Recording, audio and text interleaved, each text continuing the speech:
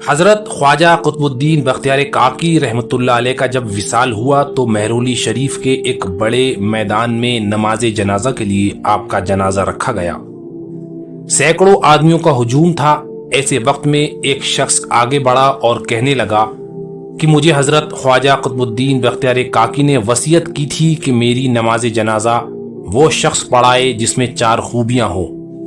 ایک یہ کہ پوری زندگی میں اس کی نماز کی تکبیر اولا کبھی قضا نہ ہوئی ہو، دوسری یہ کہ کبھی اس کی تہجد کی نماز قضا نہ ہوئی ہو، تیسری یہ کہ کبھی اس کی کسی غیر محرم عورت پر نظر نہ پڑی ہو، چوتھی یہ کہ وہ اتنا عبادت گزار ہو کہ اس کی عصر کی سنتیں بھی کبھی قضا نہ ہوئی ہوں۔ جس میں بھی یہ 4 خوبیاں ہوں وہی میری نماز جنازہ پڑھائے۔ وصیت سنانے کے بعد اس شخص نے بھرے مجمع میں اعلان کیا کہ جس میں بھی یہ 4 خوبیاں ہیں وہ آگے آئے اور حضرت قطب الاقطاب کی وصیت کے مطابق ان کی نماز جنازہ پڑھائے۔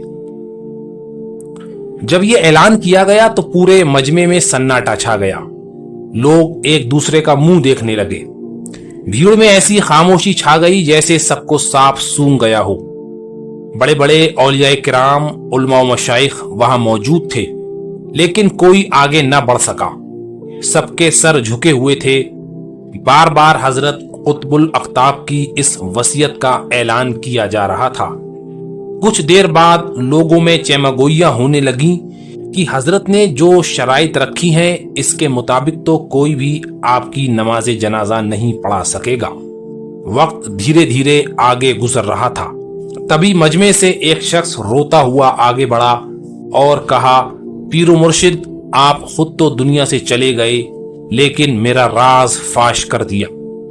اس کے بعد بھرے مجمع میں سب کے سامنے قسم کھا کر اس شخص نے کہا کہ الحمدللہ میرے اندر یہ 4 شرطیں پائی جاتی ہیں۔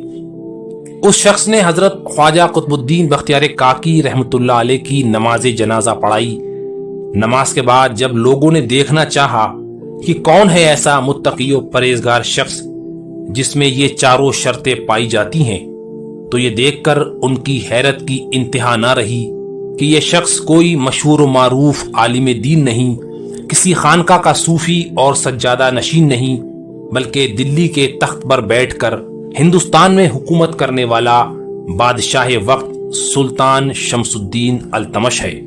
ناظرین، میں آپ کا دوست بلال راز یہ مختصر لیکن قیمتی تاریخی اور معلوماتی ویڈیو لے کر آپ کی خدمت میں حاضر ہوں۔ بادشاہ شمس الدین التمش چشتی رحمۃ اللہ علیہ، جنہیں دنیا صرف ایک بادشاہ اور ہندوستان کا حکمران ہی سمجھتی ہے، لیکن بہت کم لوگ جانتے ہیں کہ یہ بادشاہ ظاہری طور پر بادشاہ اور باطنی طور پر ایک صوفی و صافی اور روحانیت کی دنیا کا ایک عظیم مسافر تھا، جس نے اپنی باطنی کیفیت کو اپنے تخت و تاج کے پردے میں چھپا رکھا تھا۔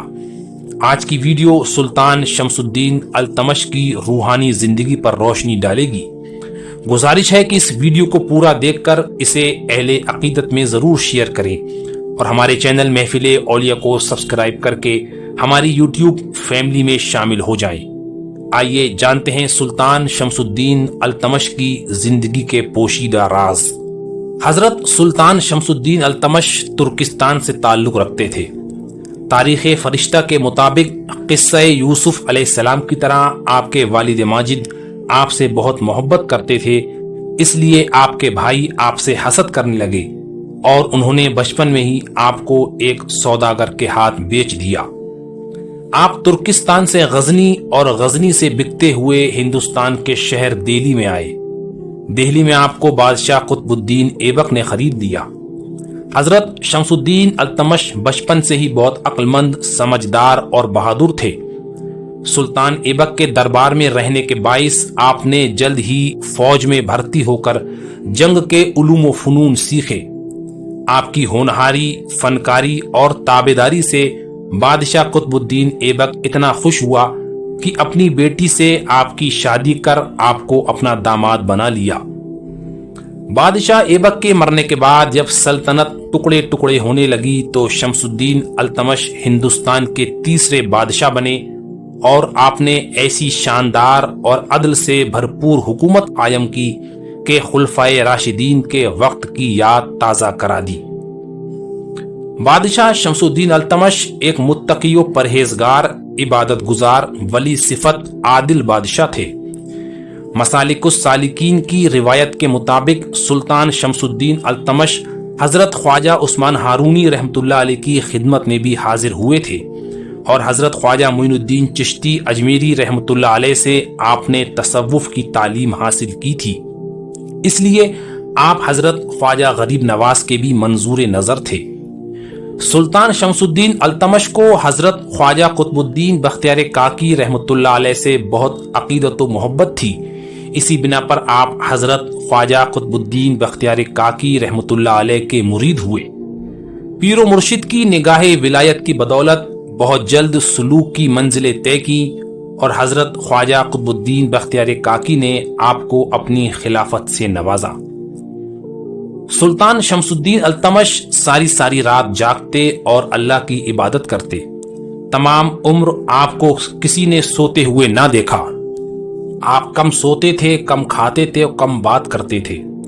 آپ اگر تھوڑی دیر کے لیے بھی سو بھی جاتے تو بہت جلد اٹھ جاتے اور پھر تحیر کے عالم میں کھڑے ہو جاتے، اٹھ کر وضو کرتے اور مصلی پر جا بیٹھتے۔ بادشاہ ہونے کے باوجود رات میں کسی ملازم کو نہ اٹھاتے، بلکہ فرماتے کہ آرام سے سونے والوں کو اپنے آرام کے لیے کیوں زحمت دی جائے۔ رات کو محل میں آہوزاری کرتے، اللہ کی بارگاہ میں کھڑے ہو کر روتے، تہجد اور 5 وقت کی نماز با جماعت کے زندگی بھر پابند رہے۔ آپ عابد و زاہد اور صوفی کامل تھے۔ آپ رات کو بادشاہوں کا لباس اتار کر صوفیوں والی گدڑی پہنتے تاکہ کوئی پہچان نہ سکے، ہاتھ میں سونے کے سکوں سے بھرا ایک تھیلا اور کھانا لیتے، اور گلیوں، بازاروں، خانقاہوں اور ویرانوں میں تنہا گھوم کر لوگوں کے حالات معلوم کرتے کہ کسی کے یہاں فاقہ تو نہیں ہوا، کوئی بھوکا تو نہیں، کوئی کسی مصیبت یا تنگ دستی میں تو گرفتار نہیں۔ اگر ایسا ہوتا تو آپ بڑی خاموشی سے اس کی مدد کر کے چلے آتے، اور کسی کو معلوم بھی نہ ہو پاتا کہ ہماری مدد کرنے والا یہ گدڑی پوش کوئی اور نہیں بلکہ ہندوستان کے عظیم بادشاہ سلطان شمس الدین التمش ہیں۔ دن میں آپ کے دربار میں عام اجازت تھی کہ جو لوگ غریب اور نادار ہیں، ان کے پاس کھانے کو نہیں، وہ دربار میں آئیں اور بادشاہ سے مدد طلب کریں۔ جو بھی آپ کے دربار میں آتا، آپ پوری نرمی سے اس کی بات سنتے اور اس کی پوری مدد کرتے۔ سلطان نے اپنے دربار سے باہر ایک زنجیر لٹکا دی تھی جسے زنجیر عدل نام دیا تھا، اور اعلان کر دیا تھا کہ اگر کوئی شخص کسی کے اوپر ظلم کرے، بے انصافی کرے تو زنجیر کو ہلاؤ، تمہاری فریاد سنی جائے گی اور تمہارے ساتھ انصاف کیا جائے گا۔ آپ اکثر لوگوں میں اعلان کرتے کہ تم اگر اپنی شکایت مجھ سے نہ کہو گے تو کل قیامت کے دن تمہاری فریاد کا بوجھ مجھ سے نہ اٹھایا جا سکے گا۔ ساتھ ہی آپ نے یہ بھی اعلان کرا رکھا تھا کہ دربار میں جس کی سنوائی نہ ہو رہی ہو وہ رنگین کپڑے پہن کر رکھے تاکہ اس کی پہچان ہو سکے۔ آپ کی انصاف پسندی، ایمانداری نے آپ کو ایک بے مثال حکمران قرار دیا۔ اسی بنا پر غیر مسلم اتہاسکار بھی آپ کے دور حکومت کی تعریف کرتے ہیں۔ تاریخ فرشتہ کے مطابق عباسی خلیفہ المستنصر باللہ کی جانب سے آپ کو سلطان الہند اور ناصر امیر المومنین کے لقب سے نوازا گیا۔ خلافت راشدہ کے بعد غالباً مشکل سے ہی کوئی ایسا حکمران تاریخ میں ہوگا جو شمس الدین التمش کی طرح ایک وقت میں اتنی خوبیوں کا مالک ہو۔ آپ نے کئی مسجدیں، مدرسے تعمیر کرائے۔ بدایوں کی تاریخی شاہی جامع مسجد شمسی بھی آپ کی تعمیرات کا حصہ ہے۔ دہلی کی مسجد قوت الاسلام اور قطب مینار کو آپ کے دور میں ہی مکمل کیا گیا۔ آپ نے اولیاء، صوفیاء، علماء اور تاریخ دانوں کی بڑی قدر کی اور انہیں ہمیشہ انعام و اکرام سے نوازا۔ آپ درویشوں اور صوفیاء کرام کا ہمیشہ ادب و احترام کرتے تھے، ہمیشہ ان کے سامنے دو زانو بیٹھتے۔ اپنے مرشد حضرت خواجہ قطب الدین بختیار کاکی سے آپ کو کمال درجے کا عشق تھا۔ آپ اکثر ان سے مشورہ کرنے اور فیض حاصل کرنے ان کی خدمت میں حاضر ہوتے تھے۔ حضرت قطب الاقطاب کی صحبت نے آپ کو بھی درویش کامل بنا دیا تھا۔ حضرت خواجہ قطب الدین بختیار کاکی رحمۃ اللہ علیہ نے آپ کو خلافت سے نوازا تھا، جس سے اندازہ ہوتا ہے کہ آپ روحانیت کے کس اعلیٰ عہدے پر فائز تھے، اور آپ ایک مدبر سیاست داں ہونے کے ساتھ ساتھ صوفی اور صاحب معرفت و طریقت بھی تھے۔ ہندوستان کی بادشاہت کی ذمہ داریوں کے ہوتے ہوئے بھی آپ شاعر اسلام اور دینی فرائض سے کبھی لمحہ بھر کو غافل نہ ہوئے۔ آپ کی تقوی و پرہیزگاری، تہجد و عبادت گزاری اپنی مثال آپ ہے، جس کی بنا پر آپ کو یہ اعزاز حاصل ہوا کہ آپ نے اپنے پیر و مرشد حضرت خواجہ قطب الدین بختیار کاکی رحمۃ اللہ علیہ کی وصیت کو پورا کرتے ہوئے ان کی نماز جنازہ پڑھائی۔ سلطان شمس الدین التمش رحمۃ اللہ علیہ نے لگ بھگ 25 سال تک ہندوستان میں حکومت کی۔